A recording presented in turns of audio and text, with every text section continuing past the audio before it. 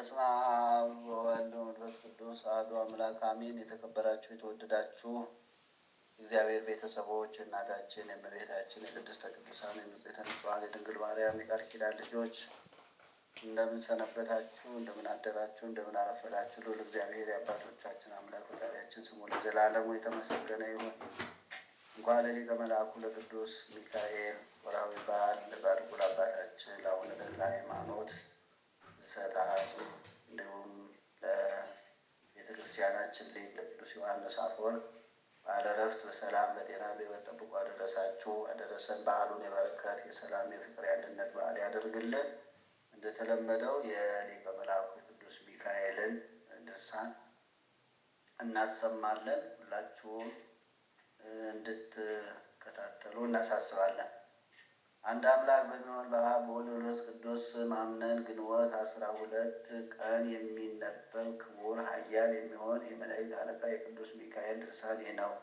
በእግዚአብሔር አብ ቸርነት ልመናው አማላጅነቱ ከእኛ ጋር ይኖር ለዘላለሙ አሜን። ወንድሞቻችን ሆይ ለቤተ ክርስቲያን የተሰጠውን ጸጋ እንነግራችኋለን። እግዚአብሔር ጥንቱን ሰውን ከመሬት ፈጥሮታልና፣ ስለዚህ ከመላእክት ጥቂት ያነሰ ሆነ። ሰው መዋቲ ነውና፣ በመላእክት ግን ሞትና ሕመም የለም።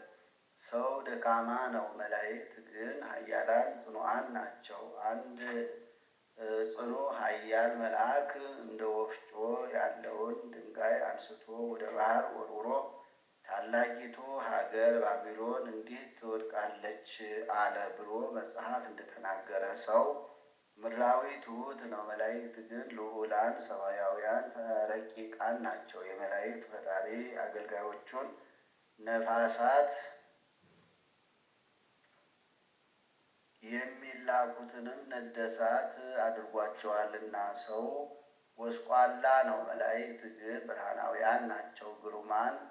ግሩም መልአክ ከሰማይ ወደ ምድር ወረደ፣ ከፊቱ ብርሃንና ግርማ የተነሳ ምድር ብርሃን ሆነች ብሎ አቡ ቀለምሲስ እንደተናገረ። ነገር ግን እግዚአብሔር ሰውን በመልኩ በምሳሌው ስለፈጠረው በማትመረመር ጸጋም ከፍ ከፍ ስላደረገው በፍጥረቱ ሁሉ ላይ ስለሾመው መላእክትና የመላእክት አለቆች በእግዚአብሔር ቸርነት እንዲራዱት እንዲያገለግሉት ሆኑ። ይልቁንም ከመላእክት ሁሉ መካከል የተመረጠ ኃያል ክቡር ቅዱስ ሚካኤል ነው። እሱ ስለ ሰው ልጆች የሚራራ መልአክ ይባላል። የነቢያት ተቀዳሚ ሄኖክ እንዲህ አለ። የመጀመሪያውን ቃል የመላእክትን ጌታ ያለማቋረጥ ሲያመሰግነው ሰማው። እሱ ሚካኤል አዛኝ ይቅር ባይ ከቁጣ የራቀ ነው። ይህ ስም በሚገባ ተሰጥቶታል። እሱ ምዕመናንን ይጎበኛቸዋልና በመከራቸውም ሁሉ ይረዳቸዋልና። ይልቁንም እግዚአብሔር ለመረጣቸው ቅዱሳን ከቅዱሳን ቅዱስ ሚካኤል በልመናው ያላሰበው ማን ነው? በረድኤቱስ ያልጎበኘው ማን ነው? ሄኖክንም መላእክት ወደ ብሔረ ሕያዋን በእግዚአብሔር ትእዛዝ ባሳረጉት ጊዜ ያን ጊዜ መላእክት አለቃ ቅዱስ ሚካኤል ከእሱ ጋር ነበር። የቃየል ልጆችም መንገዳቸውን በምድር ላይ ባጠፉ ጊዜ እግዚአብሔርም ምድርን በፍል ውሃ ባጠፋት ጊዜ ያን ጊዜ መላእክት አለቃ ቅዱስ ሚካኤል የበደሉትን ለመቅጣት ጻድቃንን ለመርዳት ስልጣን ተሰጥቶት ነበር። አምላካቸውን የበደሉትን ሕጉን የዘነጉትን እስከ ፍርድ ቀን ፍዳቸውን በሚቀበሉበት ጉድጓድ ያሰራቸው እሱ ነው። አራቱን አለቆቻቸውንም በኤፍራጥስ ወንዝ ያሰራቸው እሱ ነው። አዛዝኤልንም እጁን እግሩን አስሮ በጨለማ ወህኒ ቤት ያጋዘው እሱ ነው። በእግዚአብሔር ፊትም በዝሙታቸው ምድርን ያሳደፏትን ያጠፋቸው እሱ ነው። መርከብ ተንሳፋ በአራራት ላይ እስክታርፍ ድረስ ኖኅንና ልጆቹን በመርከብ ውስጥ የጠበቀው እሱ ነው። ሴምንም የአዳምን ሥጋ ወደሚያሳርፍበት ቦታ የመራው እሱ ነው። እሷም የክርስቶስ መስቀል የተተከለባት ቀራንዮ ናት። መልከጼዴቅም የወልደ እግዚአብሔር ምሳሌ ሆኖ ሲያገለግል በነበረበት ወራት እሱ አብሮት ነበር። አብርሃምም በእግዚአብሔር ታዞ ዮርዳኖስን ተሻግሮ መልከጼዴቅን በተገናኘው ጊዜ የእግዚአብሔር ካህን መልከጼዴቅም አብርሃምን በባረከው ጊዜ ኅብስትና ወይንም በሰጠው ጊዜ አብርሃምም በረከቱን ተቀብሎ ካለው ገንዘብ አስራት አውጥቶ ለመልከጼዴቅ በሰጠው ጊዜ ያን ጊዜ የመላእክት አለቃ ቅዱስ ሚካኤል ከእሱ ጋር ነበር። የመላእክት አለቃ የቅዱስ ሚካኤል ልመናው በየጊዜው በየሰዓቱ ይገኛል። ታላቁ ነቢይ የእግዚአብሔር አገልጋይ ሙሴም ሕዝቡን በመራ ጊዜ የመላእክት አለቃ ቅዱስ ሚካኤል ባህሩን ከፈለ። ፈርዖንንም ከሰራዊቱና ከሰረገላዎቹ ጋር አሰጠመው። ኢሎፍላውያንም ሶምሶንን በወጉት ጊዜ እግዚአብሔር የኪዳኑ መልአክ ሚካኤል ሊረዳው ተላከ። ረዳው። በጠላቶቹም ላይ ጽናትንና ድል መንሳትን ሰጠው። በተጠማ ጊዜም ከአህያ መንጋጋ ውሃ መነጨለት። ኢሎፍላዊ ጎልያድም የእግዚአብሔርን ሰራዊት በተገዳደረ ጊዜ እግዚአብሔር የኪዳኑ መልአክ ሚካኤል ተልኮ ጎልያድን ገድሎ ከእስራኤል ልጆች ውርደትን እስኪያርቅ ድረስ ዳዊትን ረዳው። ሰናክሬምም ወደ ኢየሩሳሌም ወጥቶ በእስራኤል አምላክ በእግዚአብሔር ላይ በታበየ ጊዜ የእግዚአብሔር የሰራዊቱ አለቃ ሚካኤል ተልኮ በሰናክሬም ሰፈር 18,000 ከ5,185 ሰራዊት አጥፍቶ ሕዝቅያስን ከሕዝቡ ጋር አዳነ። ኤርምያስንም ሴዴቅያስ ባሳሰረበት ጉድጓድ የረዳው እሱ ነው። ዳንኤልንም በባቢሎን ጉድጓድ ውስጥ የረዳው የአናብስትንም አፍ የዘጋለት እሱ ነው። ምናሴንም የረዳው ከከለዳውያንም እጅ ያዳነው እሱ ነው። ወደ ሐዋርያ ጴጥሮስም የተላከ ከእስር ቤትም ያወጣው ከሄኖስ እጅም ያዳነው እሱ ነው። ሰማዕታትን በአደባባይ ጻድቃንንም በበዓት ለመርዳት ከእግዚአብሔር አምላክ የሚላክ እሱ ነው። የእግዚአብሔር መልአክ የሚፈሩትን አጥር ቅጥር ሆኖ ይጠብቃቸዋል፣ ከመከራም ያድናቸዋል ተብሎ የተነገረለት እሱ ሚካኤል ነው። በቁስጥንጥንያ ንጉሥ በአርቃዲዎስ ዘመንም እንደ ሐዋርያ ጳውሎስ ስመጥሩ የሆነ ስሙ ዮሐንስ አፈወርቅ የሚባል ታላቅ ሊቀ ጳጳሳት ነበረ። ያ አባት ከልጅነቱ ጀምሮ በእግዚአብሔር ቸርነት የተመረጠ የመንፈስ ቅዱስንም ጸጋ የተሞላ ነበር። የመላእክት አለቃ ቅዱስ ሚካኤልም በእግዚአብሔር ታዞ ይጎበኘውና ከሰይጣንም ጠላትነት ይጠብቀው ነበር። ከዕለታትም አንድ ቀን ዮሐንስ በዲቁና ማዕረግ ቤተ ክርስቲያንን ሲያገለግል በነበረበት ጊዜ እሱም ስለ በጎ አገልግሎቱ በእግዚአብሔር ፍቃድ ለከፍተኛ ሹመት ስለተመረጠ የእግዚአብሔር መልእክተኛ ቅዱስ ሚካኤል በብሩህ መልክ በሕልም ታየው። ዮሐንስንም መንፈስ ቅዱስ ያደረብህ አዲሱ ዳንኤል ሆይ ሰላም ላንተ ይሁን፣ ነገ የቁስጥንጥንያው ሊቀ ጳጳሳት መጥቶ ቅስና ይሾመሃል፣ የእግዚአብሔር ትእዛዝ ነውና እምቢ አትበል አለው። በማግስቱም ሊቀ ጳጳሳት ቀሳውስትን ዲያቆናትን አስከትሎ መጣና የእግዚአብሔር መልአክ እንደተናገረለት ዮሐንስን ቅስና ሾመው። የቁስጥንጥንያ ሊቀ ጳጳሳትን ባረፈ ጊዜ ይህ አባት በእሱ ፋንታ ተሾመ። በሐዋርያትም መንበር በተቀመጠ ጊዜ ዮሐንስ የትሩፋትን ስራ ጨመረ። ሕዝቡንም ዘወትር ይመክራቸው፣ የእግዚአብሔርንም መንገድ ያስተምራቸው ነበር። በትምህርቱ ቤተ ክርስቲያንም ደስ አላት። ዜናውም በዓለም ዳርቻ ሁሉ ተሰማ። ግን ሰይጣን በስራው ቀንቶ የቤተ ክርስቲያን ስራ እንዲቋረጥ ጽኑ መከራ በማምጣት አወከው። ምክንያቱም ይህ ነው። በዚያን ዘመን የንጉሱ የአርቃዲዎስ ሚስት ንግስቲቱ ገንዘብ ከመውደዷ የተነሳ በስልጣኗ በመመካት ድሃውን እያስገደደችና የነጠቀች ብዙ ወርቅና ብር በግምጃ ቤቷ ታከማች ነበር። ዮሐንስ አፈወርቅም ይህን አይቶ ይመክራት ይቆጣት ነበር። እሷ ግን ቃሉን አትሰማም ነበር። የእሱን ምክርና ቃል መስማትንም አትወድም ነበር። ከዕለታት አንድ ቀን የአንዲት ድሃ ቦታ በግፍ ቀማች። ይህች ድሃ ሴት ወደ ሊቀ ጳጳሳት ዮሐንስ መጥታ ንግሥት አውዶክስያ ቦታዋን እንደቀማቻት ነገረችው። ቅዱስ ዮሐንስም ንግሥት አውዶክስያን መከራት።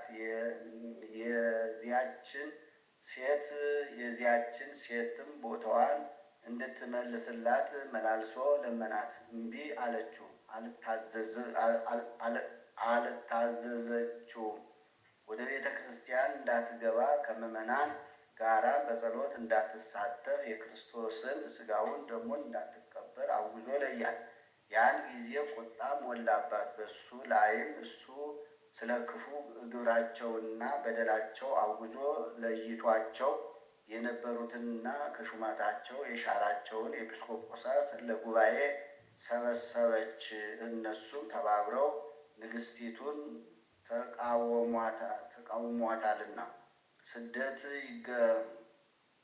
ተቃውሟታልና ስደት ይገባዋል ሲሉ በቅዱስ ዮሐንስ አፈወርቅ ፈረዱበት። ዳግመኛም ተቆጥታ ወደ ቄርሎስ መልእክተኞች ላከች። ሌሎችንም ብዙ ጳጳሳትን ሰበሰበች። ጳጳስ ኤጲፋኒዎስንም አስጠራችው። ሊቀ ጳጳሳት ዮሐንስ ከእኔ ጋር ሊኖር አይገባውም፣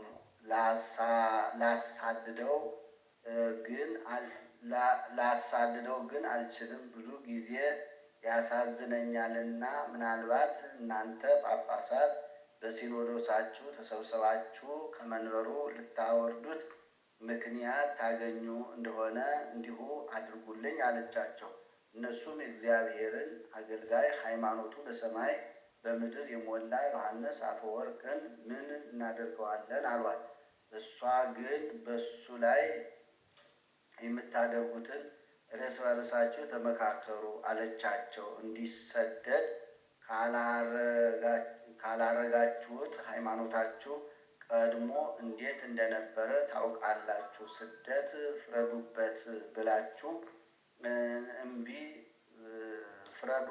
ብላችሁ እምቢ ካላችሁኝ እኔ አብያተ ክርስቲያናትን እዘጋለሁ፣ አብያተ ጣዖታትን እከፍታለሁ፣ ሕዝቡም እግዚአብሔርን እንዳያመልክ አደርጋለሁ አለቻቸው።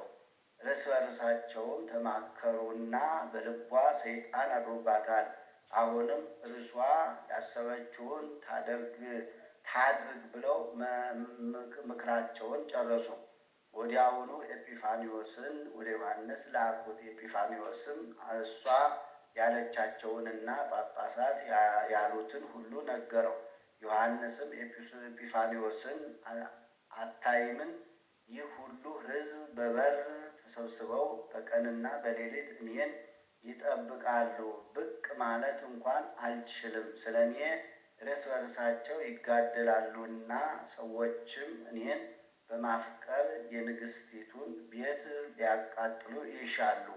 የዓይናችን ብርሃን ስለሆነ ስለ አባታችን ስለ ሊቀ ጳጳሳት ዮሐንስ ከልጆቻችን ከሚስቶቻችን ጋር እንሙት እንጂ ከመካከላችንም አናወጣውም ብለዋል አለው።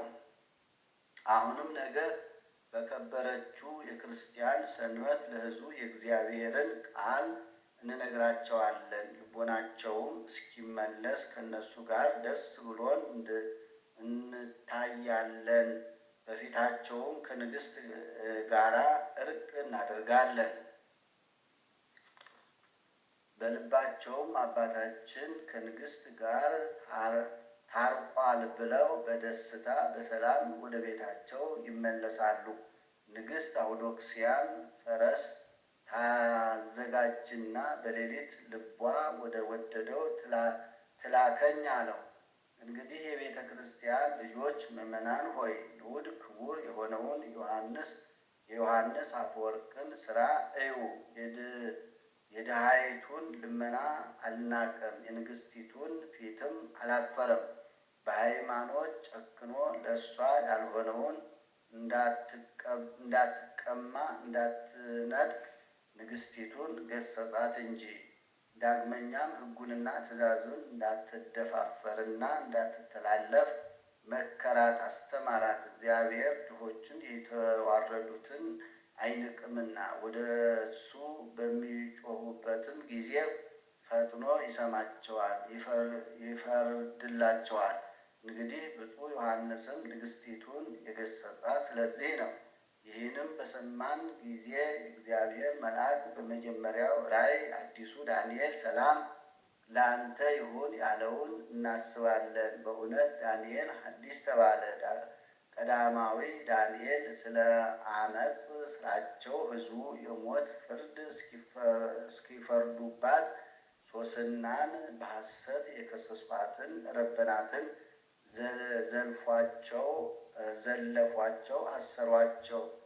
ዘልፈዋቸው አስሯቸው ነበርና፣ ሶስና ግን ከሰው እርዳታ ተስፋ በቆረጠች ጊዜ በልቦናዋ ወደ እግዚአብሔር ጮኸች። ልቦናዋ በእግዚአብሔር ታምኗልና። እግዚአብሔርም ዳንኤል በሚባል ጎልማሳ ላይ መንፈስ ቅዱስን አሳደረ።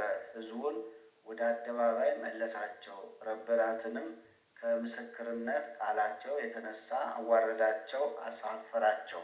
አዲሱ ዳንኤልን ይህ ብፁዕ ዮሐንስ ነው። በንግሥቲቱ ላይ የቅሚያ መንፈስ ባደረባት ጊዜ የድሃይቱንም ርስት በወሰደች ጊዜ በፊት አባት ለልጁ እንደሚራራ ራራላት። በፍቅር በቅንነት አስተማራት። ለእግዚአብሔር መታዘዝን እምቢ ባለችው ጊዜ ግን ሕግ እንደሚያዘው አውግዞ ከምዕመናን ለያት። በድህነትና በብልጽግና ምክንያት ያለ ፍርሃት ያለ ኀፍረት ሕጉንና ፍርዱን ሊያስተምሩ ከእግዚአብሔር ዘንድ ትእዛዝ ለካህናት ተሰጥቷልና። የካህን ከንፈሮች ምክርን ይጠብቃሉ፣ በልቦናውም የእውነትን ሕግ ይመረምራሉ። ካህን ሁሉን የሚገዛ እግዚአብሔር የሾመው ዳኛ ነውና ተብሎ እንደተጻፈ፣ ስለዚህም የብፁዕ ዮሐንስ ከንፈሮች ማስተማርን ገንዘብ አደረጉ። በሕግ የታዘዘውን ፈረደ እንጂ ድሃይቱን አልናቀም፣ ንግሥቲቱን አላፈረም። ዳንኤል ማለት እግዚአብሔር የሰጠኝ ዳኛ ማለት ነውና። እንግዲህ መልአክ አዲሱ ዳንኤል ብሎ የጠራው ስለዚህ ነው። ብፁዕ ዮሐንስ በእሱ ምክንያት በቤተ ክርስቲያን ሁከት እንዳይሆን አሰበ። ስለዚህም ንግሥቲቱ አክራጥያ ከሚባል ደሴት እስክታግዘው ድረስ በሃይማኖት በቅንነት ራሱን አሳልፎ ሰጠ። ኤጲፋንዮስም ከሊቀ ጳጳሳት ዮሐንስ ይህን ነገር ሰምቶ ተመለሰ። ዮሐንስ በሌሊት ወጥቶ ወደ እርሷ ሲደርስ እግዚአብሔርን ወደ ማያውቁ ለፀሐይና ለጨረቃ ለእንጨትና ለድንጋይ የሚሰግዱ ሰዎች ወዳሉበት ሩቅ ሀገር ሰደደችው። ዮሐንስም አክራጥያ ወደ ተባለችው ሀገር ደረሰ። በዚያም የእግዚአብሔርን ቃል ነገራቸው፣ አስተማራቸው። ክብር ምስጋና ለእሱ ለዘላለሙ ይግባውና ሁሉም በጌታችን በኢየሱስ ክርስቶስ ስም አመኑ። የምሕረትና የይቅርታ መልአክ በሆነ በመላእክት አለቃ በቅዱስ ሚካኤልም አማላጅነት በየቦታው ብዙ አብያተ ክርስቲያናት ሰሩ። ዮሐንስ አፈወርቅም ቤተ መቅደሳቸውን ባረከላቸው፣ ቀደሰላቸው። ጳጳሳትንና ቀሳውስትን ዲያቆናትንም ሁሉ ሾመላቸው። በስደት ሳለ ግንቦት 12 ቀን አርፎ አክራጥያ በምትባል ደሴት ተቀበረ። በመንግሥተ ሰማያትም የክብርና የምስክርነት አክሊልን ተቀዳጀ። በሰማያትም ነፍሱ ከጻድቃንና ከሰማዕታት ነፍስ ጋራ ደስ እያላት ትኖራለች። ይህ ሁሉ የሆነው በመላእክት አለቃ በቅዱስ ሚካኤል አማላጅነት ነው። ዳንኤልን በጉድጓድ ውስጥ የጎበኘው የአንበሶችን አፍ የዘጋለት እሱ በእውነተኛ ሃይማኖት ገድሉን እስኪፈጽም እግዚአብሔርንም ደስ እስኪያሰኘው ድረስ ብፁዕ ዮሐንስን ይረዳው ነበርና። የመላእክት አለቃ የቅዱስ ሚካኤል ልመናው አማላጅነቱ በሊቀ ጳጳሳቱ የዮሐንስ አፈወርቅም ጸሎት ከእኛ ጋር ይኑር ለዘላለሙ።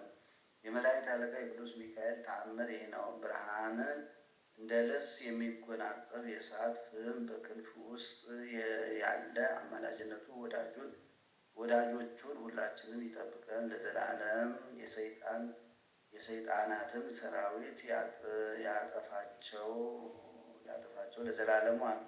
ሮም በሚባል ሀገር ከሚኖሩ ታላላቅ ሰዎች መካከል አንድ ክርስቲያን ሰው እንደነበረ ተነገረ። በዚህ ዓለም ገንዘብና ሀብት እጅግ የከበረ ባለጠጋ ነበር። ነገር ግን ሚስቱ የማትወልድ መካን ስለነበረች ልጅ አልነበራቸውም። ልጅ ስለሌላቸውም ሁለቱም በጽኑ ሐዘን ይኖሩ ነበር። በብዛትም ጾምን ይጾሙ፣ ይለምኑ፣ ይጸልዩ፣ ይማጸኑ ነበር። ልጅ ይሰጣቸውም ዘንድ የመላእክት አለቃ የቅዱስ ሚካኤልን ፈጣሪ እግዚአብሔርን ይማልዱ ነበር። በፍጹም ምህላ ብዙ ልመና እንዲህ ሲያደርጉ ኖሩ። እንደዚህ ባለ ግብር ሳሉ የመላእክት አለቃ የቅዱስ ሚካኤል በዓል የሚከበርበት ቀን ደረሰ። ይሁን ኅዳር 12 ቀን ነው። በዓሉን ለማክበር ለመንገድ የሚያስፈልጋቸውን ሁሉ ስንቃቸውን አዘጋጁ። ፍጹም ዋጋቸውንም የሚያገኙበት መሆኑን በማመን የመላእክት አለቃ የቅዱስ ሚካኤልን በዓል መታሰቢያ ያደርጉ ዘንድ በልቦናቸው ወሰኑ። ያ ሰው ከሚስቱና ከሚላኩት ከቤተሰቦቹ ጋር ወደ ቤተ ክርስቲያን ሄደ። በመንገድ ሲሄዱ ሚስቱ ሌሎች ሕዝበ ክርስቲያን የመላእክት አለቃ የቅዱስ ሚካኤልን በዓል ሊያከብሩ ሲሄዱ አየች። ከእነሱም መካከል ብዙ ሴቶችን ከልጆቻቸው ጋር አየች። እነሱም ልጆቻቸውን በጀርባቸው ያዘሉ፣ በጎናቸውም የያዙ ነበሩ። በደረታቸውም ታቅፈው ጡታቸውን የሚያጠቡ ነበሩ። ይህንንም ባየች ጊዜ ድምጿን ከፍ አድርጋ ጮኸች። መራራ እንባንም በማፍሰስ ጽኑ ልቅሶን አለቀሰች። እንዲህም አለች። የሕያው እግዚአብሔር ልጅ ጌታዬና አምላኬ ኢየሱስ ክርስቶስ ሆይ ውርደቴን እይ፣ የመጻተኛነቱን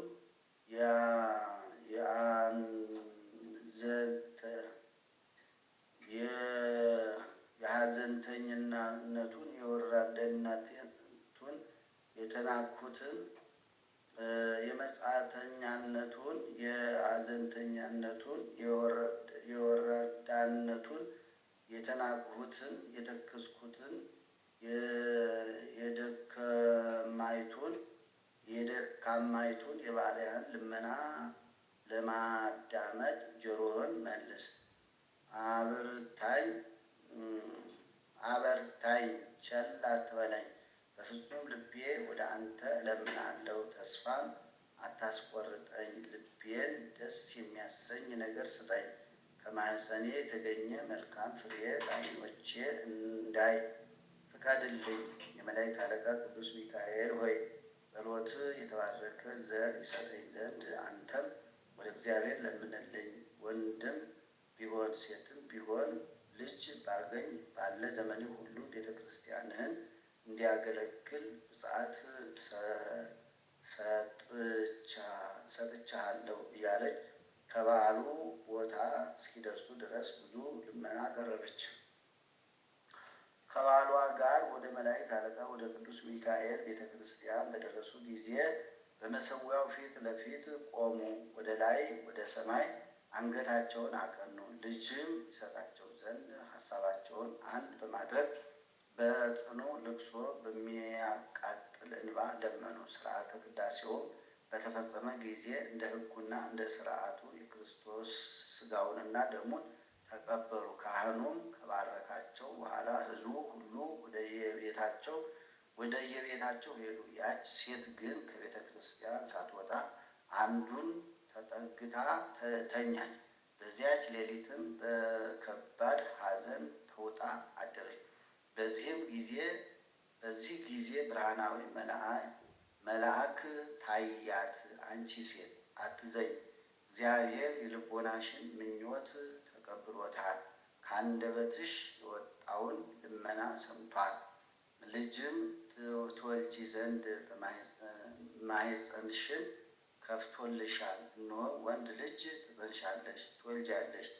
በወለድሽ ጊዜም ስሙን ተስፋ ሚካኤል ብለሽ ሰይሚው አላት። ከእንቅልፏም በነቃች ጊዜ ይህንን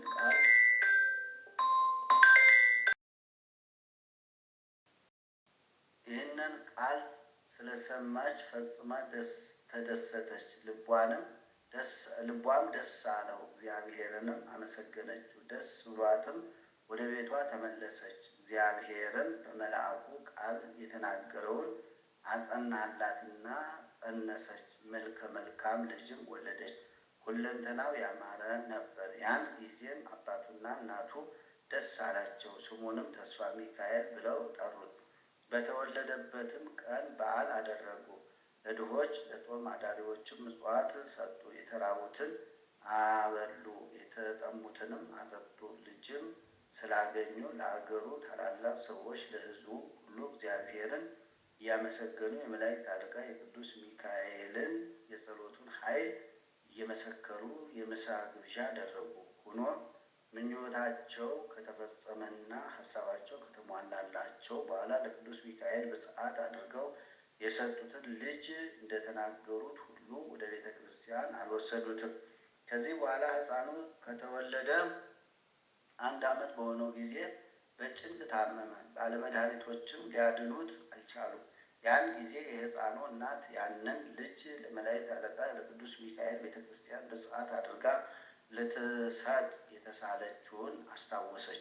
እንዲህም አለች፣ ልጄ በጽኑ ደዌ የተያዘበትን አሁን አወቅኩ። እንደተሳልኩት ልጄን ለቅዱስ ሚካኤል ቤተ ክርስቲያን ወስጄ ስለ አልሰጠሁት እኔ ኃጢአት ሰርቻለሁና። ከዚህ በኋላ ፈጥና ተነሳችና ልጇንም ታቅፋ ወደ መላእክት አለቃ ወደ ቅዱስ ሚካኤል ቤተ ክርስቲያን ወሰደችው። ወደ ውስጥም አስገብታ በቤተ ክርስቲያን ከተጸለየበት ጸበል ረጨችው። በቀንዲል ከሚበራው ዘይትም ቀባችው። ጌታዬ የመላእክት አለቃ ቅዱስ ሚካኤል ሆይ ልጄን ከዚህ ብርቱና ጽኑ ከሆነ ደዌ አድነው፣ ፈውሰው። ከዚህ ደዌ ብታድነው እስከ ዕለተ ሞቱ ቤተ ክርስቲያንህን እንዲያገለግል አደርገዋለሁ እያለች ስትወድቅ ስትነሳ በዚያች ሰዓት ወዲያውኑ ልጇ ዳነ። ከደዌውም ከተፈወሰ በኋላ ሕፃኑ አድጎ ለመላእክት አለቃ ለቅዱስ ሚካኤል ቤተ ክርስቲያን ባለ ዘመኑ ሁሉ በመልካም ምግባር በፍጹም አገልግሎት ሲያገለግል ኖረ። ያችም ሴት ልዑል እግዚአብሔርን እያመሰገነች የመላእክት አለቃ የቅዱስ ሚካኤልንም ታምራቱን እየተናገረች ደስ ብሏት ወደ ቤቷ ተመለሰች። እንግዲህ እኛን የክርስቲያን ወገኖች ሁላችንንም ብላቴናውን እንዳዳነ በነፍስ በስጋ ከሚመጣው የኃጢአት ደዌ ያድነን ይፈውሰን። ከዚህ ከሚገኝ ጸጋ ይርዳን። ከዓለም ክፉ ነገርም ያድነን። የኃጢአትን ስራ ሁሉ ያርቅ። እግዚአብሔርን ደስ ካሰኙት ተለይተን እንዳንቀር የበደልን ቁልፍ ከላያችን ላይ ቆርጦ ይጣልልን ለዘላለሙ አሜን። አንድ አምላክ በሚሆን በአብ በወልድ በመንፈስ ቅዱስ ስም አምነን ግንቦት 12 ቀን የመላእክት አለቃ የቅዱስ ሚካኤል የመታሰቢያው በዓል እንደሆነ እናገራለን። በዚች ቀን የምስር ምግብ አዘጋጅቶ ሳለ በእርሻ አዝመራ ለሚሰበሰቡ ሰዎች ሊወስድ ሲሻ ልዑል እግዚአብሔር ወደ ኢየሩሳሌም ሀገር ወደ ዕንባቆም ልኮታልና። ሚካኤልም ዕንባቆም ምግቡን እንደተሸከመ በራስ ጠጉሩ አንጠልጥሎ ወዲያውኑ ወደ ባቢሎን ሀገር አደረሰውና ዳንኤል ከዚያ ምግብ ተመገበ። ቅዱስ ሚካኤልም ዳንኤልን ከአንበሳ አፍ አዳነው። ዕንባቆምንም ወደ ይሁዳ ምድር መለሰው። ምግቡ እንዳለ ነበር። ያን ጊዜ አዝመራ ከሚሰበስቡ ሰዎች ዘንድ አደረሰው። ስለዚህ የመላእክት አለቃ የቅዱስ ሚካኤልን በዓል መታሰቢያ በየወሩ እንድናደርግ የቤተ ክርስቲያን መምህራን አዘዙን። ጸሎቱና በረከቱ ከኛ ጋር ለዘላለሙ አሜን። ሰላም ለህላዌከ ዘምስዋ አብ መቅደሰ ከመ ታዕርግየ ጸሎተ ቅዱሳን ኢሰሐፈተ መስቀል ወልድ ጊዜ ታገሰ ይትራይ በድንጋሴ እንዘ ታንቃዱ ነፍሰ ሚካኤል አትሃትከ ዋጽነንከ ርእሰ። የሰማነውን በልቦናችን ያሳድርብን። በዓሉን የበረከት በዓል ያደርግልን። በያላችሁበት ሊቀ መላኩ ቅዱስ ሚካኤል ይጠብቃችሁ። ምኞታችሁን፣ ሀሳባችሁን ሁሉ ልመናችሁን ሁሉ ይቀበልልን፣ ይፈጽምላችሁ። ለዓለም ሁሉ ሰላሙን ይዘዝልን፣ የታመሙትን ይፈውስልን፣ የታሰሩትን ያስፈታልን። አምላከ ቅዱሳን ከምንፈራው መከራ ሁሉ ይጠብቀን። ከሊቀ መላኩ ቅዱስ ሚካኤል ከጻድቁ ከአባታችን ከአቡነ ተክለ ሃይማኖት ከቅዱስ ዮሐንስ አፈወርቅ ረድኤት በረከት ያሳድርብን። እግዚአብሔር አቡነ ዘበሰማያት